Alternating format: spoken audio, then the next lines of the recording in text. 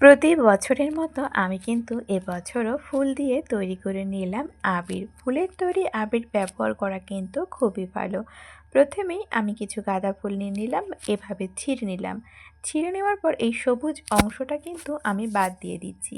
এই সবুজ অংশটা কিন্তু আমি নেব না। আমরা চাইলে এটাকে জলে ফুটিয়েও নিতে পারি, আবার খুব ভালোভাবে এভাবে মিক্সচারে দিয়ে পেস্টও করে নিতে পারি। এরপর আমাদের যেটা লাগবে সেটা হলো কর্নফ্লাওয়ার। প্রথমেই এই পেস্টটা আমি বার করে নেব। বার করে নেওয়ার পর এর মধ্যে কর্নফ্লাওয়ার কিন্তু ভালোভাবে মিশিয়ে নেব। আমরা চাইলে এর মধ্যে একটু ফুড কালারও কিন্তু ব্যবহার করতে পারি, কালারটা খুব ভালোর জন্য।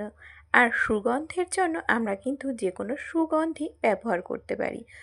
একদম আবিরের গন্ধ যদি আমরা চাই, তাহলে বাজার থেকে কেনা একটু সামান্য আবির কিন্তু এটার সাথে মিশিয়ে দিতে পারি, তাহলে একদম আবিরের গন্ধ কিন্তু তুমি পেয়ে যাবে।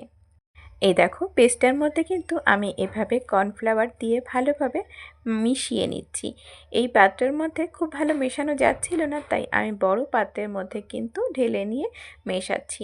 এভাবে ভালো করে মিশিয়ে কিছুক্ষণ রেখে দেওয়ার পর এটা কিন্তু আবার মিক্সচারে দিয়ে ভালো করে ফিনিশিং করে পাউডার করে নিলেই তৈরি হবে আবির।